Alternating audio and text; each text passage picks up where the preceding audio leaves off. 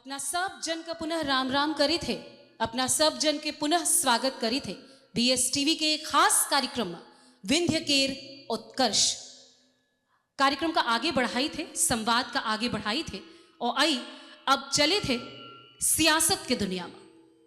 हम अपना से शुरुआत में चर्चा करें थे कि विंध्य के सियासत केंद्र से लेके हमरे हियन तक हमेशा चर्चा में बनी रही। यह सियासत आज के नहीं, यह सियासत पुरातन काल से रही। तो आई जब सियासत की चर्चा हो थी, हम मंच पर बहुत सम्मान से आमंत्रित करी थे हमरे बीच उपस्थित वरिष्ठ पत्रकार और एक ऐसन नाव चिर परिचित चेहरा जेके खातिर हम भूमिका बनाई हमरे कुबत के बाहर है।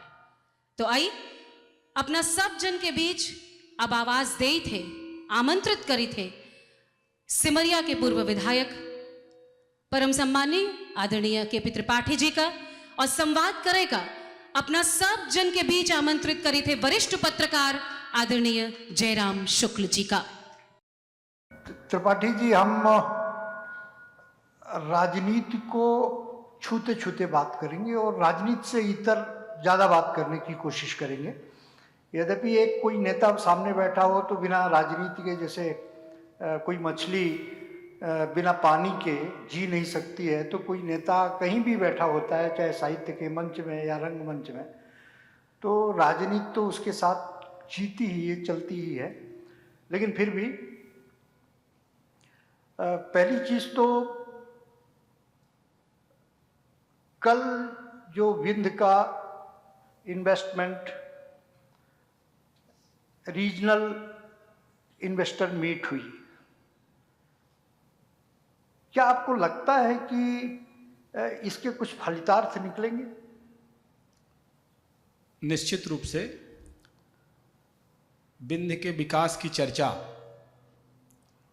विगत कई वर्षों से, पिछले 4-5 वर्षों से बहुत जोर पकड़ रही थी कि विंध्य में क्या क्या विकास के कार्य हुए,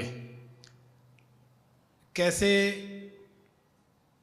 रीवा शहर का और रीवा जिले का और विंध्य का पूरे कायांतरण हुआ है। इसकी चर्चा पूरे मध्य प्रदेश और देश में हो रही थी। मैं कल बैठा हुआ व्यक्तिगत ऐसे मन में सोच रहा था कि विगत 20 वर्षों के परिश्रम का परिणाम है भारतीय जनता पार्टी की सरकारों का और हमारे रीवा के बहुत ही कद्दावर नेता और मध्य प्रदेश के उप मुख्यमंत्री राजेंद्र शुक्ला जी, जिन्होंने एक धुन लगा के रीवा और विंध्य के विकास के लिए काम किया। भारतीय जनता पार्टी की सरकारों ने उसमें पूरा आगे बढ़ाने का काम किया। तो कल मैं सोच रहा था कि आज पूरे देश के उद्योगपति, चाहे वो बालकृष्ण जी हों, चाहे पुनीत डालमिया हों, चाहे रिलायंस के लोग हों, हमारे रीवा आए हैं और जो रीवा में बदलाव हुआ है, कायांतरण हुआ है, उसको देखकर अभी तक तो वो सुनकर बोल रहे हों, सोच रहे थे, लेकिन अब देखकर और मुखर होकर हमारे रीवा और विंध्य के विकास की चर्चा करेंगे।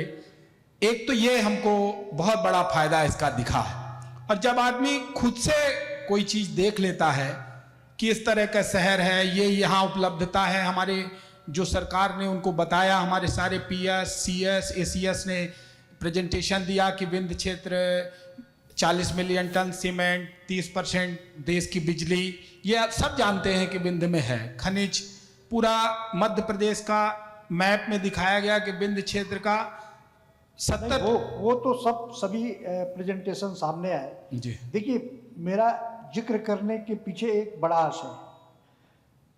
पिछले 40-50 वर्षों से हम ये पढ़ते आए हैं कि सिमरिया का जो इलाका है, वहाँ आयरन ओर मिलता है, वहाँ लेटराइट मिलता है, वहाँ उम्दा किस्म की बॉक्साइट है।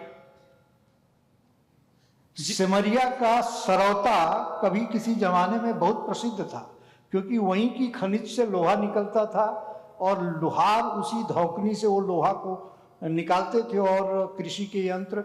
और सिमरिया का सरौता तो सभी जानते हैं, विंध्य क्षेत्र में रीवा जिले का जो सिमरिया अंचल है, तो सिमरिया के सरौता को लेके कई लोक कथाएं हैं कई लोकगीत भी हैं, तो ये सिमरिया क्यों पीछे रह जाता है? सिमरिया में आयरन ओर की बात नहीं होती, सिमरिया के वाइल्ड लाइफ की बात नहीं हुई, वहाँ के जंगल की बात नहीं हुई, वहाँ के खूबसूरत पार्कों की और प्रपातों की और झरनों की बात नहीं हुई।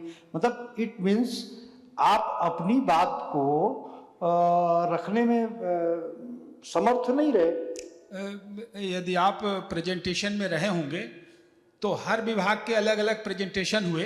हाँ, तो जब पर्यटन के पीएस प्रेजेंटेशन रख रहे थे शिवशेखर शुक्ला जी, तो उन्होंने इस बार हमारे सिमरिया के पर्यटन के खूबसूरत पूर्वा वाटरफॉल, खूबसूरत चचाई वाटरफॉल, हमारे बसामन मामा गौवंश वन्य विहार की चर्चा जब उद्योग विभाग के पीएस रख रहे थे तो उन्होंने Aditya Birla group, JP cement, आपको ध्यान में होना चाहिए ये सारे जो बड़े बड़े उद्योगपति हैं वो हमारे सिमरिया क्षेत्र में हैं। जहां आप चिन्हित जो बात बॉक्साइट की कर रहे हैं, आयरन ओर की, विगत कई वर्षों से हम लोग प्रयासरत हैं कि सिमरिया क्षेत्र में एल्युमिनियम, उससे बॉक्साइट से और आयरन ओर से एल्युमिना और एल्युमिना से एल्युमिनियम, ये सारा जहां जाता है वो बनता है। तो कई वर्षों से माननीय उप मुख्यमंत्री जी भी और हमारी सरकारें प्रयास कर रही हैं कि हम लोग ये सपना देख रहे हैं कि सिमरिया क्षेत्र में भी एक एल्युमिनियम पार्क जैसा कुछ कॉन्सेप्ट वहाँ देर सवेर आएगा। मैं आपको बता दूं, दर्शकों को बता दूं कि केपी त्रिपाठी, पता नहीं वो मानते हैं या नहीं मानते, पर मैं मानता हूं कि बाई एक्सीडेंट ये पॉलिटिक्स में है। करीब 5 से 6 वर्ष ये पीएससी यूपीएससी की तैयारी में, पढ़ने में, लिखने में अपना समय प्रयागराज में और दिल्ली में बिताए। खूब अध्ययन किया, खूब पढ़ा। आमतौर पर साहित्यकारों को कोट करते हैं अपने भाषणों में, दार्शनिकों को कोट करते हैं, इकोनॉमिस्टों को कोट करते हैं। तो ये राजनीति में कैसे कन्वर्ट हो गए? आपको तो डिप्टी कलेक्टर, कलेक्टर या प्रशासनिक सेवाओं में या इन सब में आना चाहिए, और यही आपका एम्बिशन भी था, यही सब आपकी दिलचस्पी भी थी। अचानक कैसे ये राजनीति में आ गए? मैं मानता हूं, मुझे 2 लाइनें मधुशाला की बहुत पसंद है। मानव बल के आगे निर्बल भाग्य पढ़े विद्यालय में, और भाग्य प्रबल मानव निर्बल का पाठ पढ़ाती मधुशाला। मैं जब एक्चुअली राजनीति के विषय में मेरा ये मानना है कि चाहे वो आप हो, पत्रकार हो, चाहे अभी साहित्यकार हमारे योगेश त्रिपाठी जी बात कर रहे थे, चाहे कोई भी व्यक्ति हो, राजनीति से अछूता नहीं है। राजनीति तो हम सबके रगों में बसती है, यानी कि मनुष्य एक राजनीतिक प्राणी है। इस यदि ये कोई साहित्यकार लिख दे और कह दे तो मुझे बड़ी प्रसन्नता होगी कि सबने सच्चाई को स्वीकार कर लिया। सामाजिक और राजनीतिक प्राणी, उसमें एक शब्द और जोड़ दिया जाए एक शब्द और जोड़ दिया जाए तो अतिशयोक्ति नहीं होगी। तो राजनीति तो हम सबके खून में रहती है। छात्र जीवन में जरूर हम लोग स्टूडेंट पॉलिटिक्स में थे। समय का ऐसा संयोग था कि यूपीएससी हमने प्रयागराज में रह के 3-4 साल उसकी भी तैयारी की, उसमें नहीं हो पाया, और दुर्भाग्य से नहीं तो मैं भी कोई अधिकारी होता और उस क्षेत्र से लोगों की सेवा कर रहा होता। इसीलिए तो मैं कहता हूँ आप एक्सीडेंटल एमलेर बने। अब ये आप कह सकते हो, निश्चित रूप से आप हमारे विंध्य क्षेत्र के एक बड़े चिंतक हो, मध्य प्रदेश के जाने माने पत्रकार हो, लेकिन नियति को, डेस्टिनी को हमारे कुछ इस क्षेत्र पे लाके हमारे सिमरिया के लिए, हमारे रीवा के लिए, हमारे लोगों के लिए हमारे द्वारा कुछ करवाना चाहती होगी। इसलिए हमको, जैसे यहाँ जनपद सदस्य के रूप में मैं बना, फिर जनपद अध्यक्ष बना रीवा का। रीवा जनपद मेरे कार्यकाल में नंबर 1 जनपद रहा। सिमरिया में कोरोना के बावजूद और कांग्रेस की सरकार के बावजूद 1600 करोड़ से अधिक के विकास कार्य हमने कराए। आप सब जानते हैं कि सिमरिया का उत्तरी क्षेत्र और पश्चिमी क्षेत्र इतने वर्षों से, 70 वर्षों से 13,000 हेक्टेयर भूमि असिंचित रही। मैंने 200 करोड़ रुपए की लागत से उस क्षेत्र के लिए माइक्रो इरिगेशन प्रोजेक्ट मंजूर कराया। हमारे उप मुख्यमंत्री जी के द्वारा जो उनका कॉन्सेप्ट था कि गौ अभ्यारण्य बनाना है, आज बसामन मामा गौवंश वन्य विहार के रूप में हमने 7,000 गायों को वहाँ रखा है, और मध्य प्रदेश की सबसे आदर्श गौ अभ्यारण्य के रूप में हम उसको विकसित कर पा रहे हैं। पूर्वा वाटरफॉल, जिसको आसपास मिर्जापुर, प्रयागराज, आज पूरे प्रदेश में चर्चा का विषय बना हुआ है। पूर्वा वाटरफॉल पूर्वा वाटरफॉल को जिस तरह से हमने मतलब आगे ले जाने का काम किया। राजनीति में जितना कुछ आपने किया जी। उससे आपको संतोष है, लेकिन एक बात तो मैं और आपसे पूछना चाहता हूं कि राजनीतिज्ञों को लेके एक जो आम धारणा है साहित्य में, सिनेमा में, खासतौर पे साउथ के सिनेमा में, वो आदम साहब तो बहुत लिखे हैं, बड़ी क्लास भी है, कि एक जनसेवक को दुनिया में आदम क्या चाहिए, 2-4 चमचे रहे, माइक रहे, माला रहे। तो ये धारणा आपको नहीं लगता कि और भी तल्ख, और भी तीखी, और भी व्यापक होती जा रही नेताओं की छवि को लेकर? मैं एक गीतांजलि का एक कविता कोट करते हुए, इसकी स्टोरी कोट करते हुए इस बात को आपसे कहना चाहूँगा कि गीतांजलि में रविन्द्रनाथ टैगोर जी ने एक कविता के रूप में लिखा है कि एक घुड़सवार जो है अपने घोड़े को लेकर गर्मी के दिनों में जा रहा था। घोड़े को प्यास लग रही थी, वो देख रहा था कहाँ घोड़े को पानी पिलाएंगे। तो एक रहट चल रही थी, बघेली में ढेकुर कहते हैं उसको। ढेकुर वाले के पास घुड़सवार जाता है, बोलता है मेरे घोड़े को पानी पीना है, क्या पानी पिला देंगे आप? बोलता है बिल्कुल, खेतों में पानी जा रहा है, आप पानी पीजिए, पिलाइए घोड़े को, आप भी पीजिए। घोड़े को जब पानी पिलाने जाता है तो उस ढेकुर की रहट की आवाज़ चूं चूं करके आती रहती है। घोड़ा पानी पीने से बिदक जाता है। तो घुड़सवार फिर से जाता है ढेकुर चलाने के वाले के पास और बोलता है कि ये इसको बंद कर दीजिए, हमारा घोड़ा पानी नहीं पी पा रहा। तो वो हंसने लगता है, बोलता घोड़े के कान में बोलिए कि यदि पानी पीना है तो ढेचुर की चूं चूं सुननी पड़ेगी। जिसका जितना बड़ा काम है उसको उतनी चूं चूं सुननी पड़ेगी। राजनीतिज्ञों को समाज में बदलाव लाना है। विंध्य क्षेत्र में विकासवादी चिंतक के रूप में जो स्थान हमारे नेताओं ने बनाया है, इतनी आसानी से नहीं बना है। पिछले 20 सालों में और उसके पहले भी जो जिन लोगों ने काम किया होगा, कम किया होगा, उनको भी ये चूं चूं सुननी पड़ी होगी। पत्रकारिता के क्षेत्र में यदि आप लोग काम कर रहे हैं तो आपको भी सुनना पड़ा होगा। हम ये मानते हैं कि चूंकि हमारे पास पावर ज़्यादा होती है तो सबसे ज़्यादा आलोचना सत्ता की होती है, ताकत की होती है। इस दृष्टि से भी राजनीतिज्ञों की उस तरह से आलोचना हुई है विगत वर्षों में।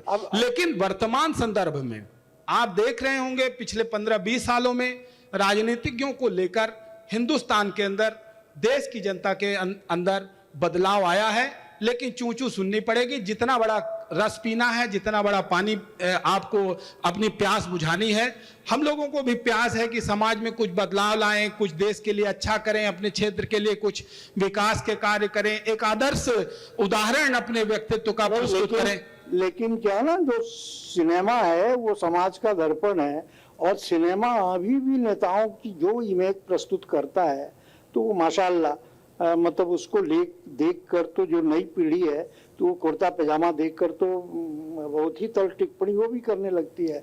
बहरहाल आखिरी सवाल मैं पूछ रहा हूँ आपसे, और अलवर पिंटो को गुस्सा क्यों आता है, यानी कि केपी त्रिपाठी को गुस्सा क्यों आता है?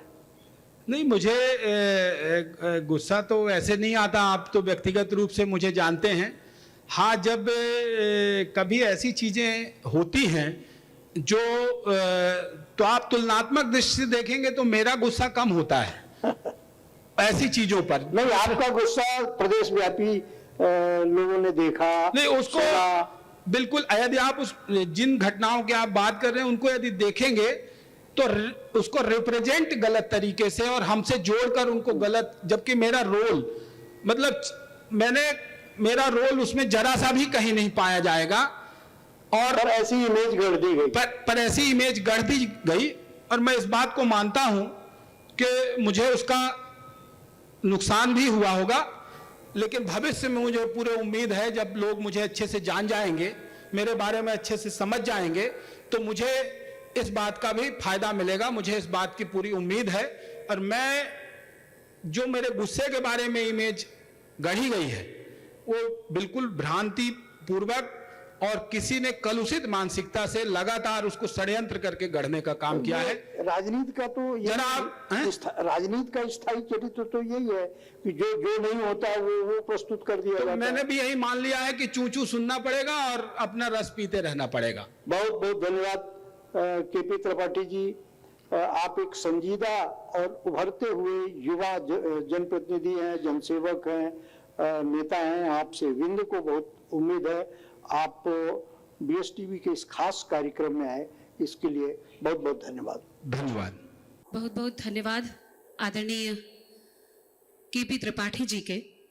निश्चित रूप से सियासत में चर्चा होबा करे थी और जैसन अपना मानन कि चू चू सुने को पड़ी और रस पिए को पड़ी, तो कहा अगर सियासत में ये मानी, अपना सब जने ये जानी थे कि विंध्य के सियासत के सरगर्मी केंद्र से लेके और अपने विंध्य तक रही है। और आदरणीय केपी त्रिपाठी जी युवा सियासतदार होए के नाते पिछली बार से हम बचे उनका देखत आयन है और कौनी मेर से आदरणीय जयराम जी उनसे प्रश्न उत्तर करें या कहब कि कलई खुले वाला यह संवाद रहा, तो अपना दोनों जन के हम बहुत बहुत आभार व्यक्त करी थे।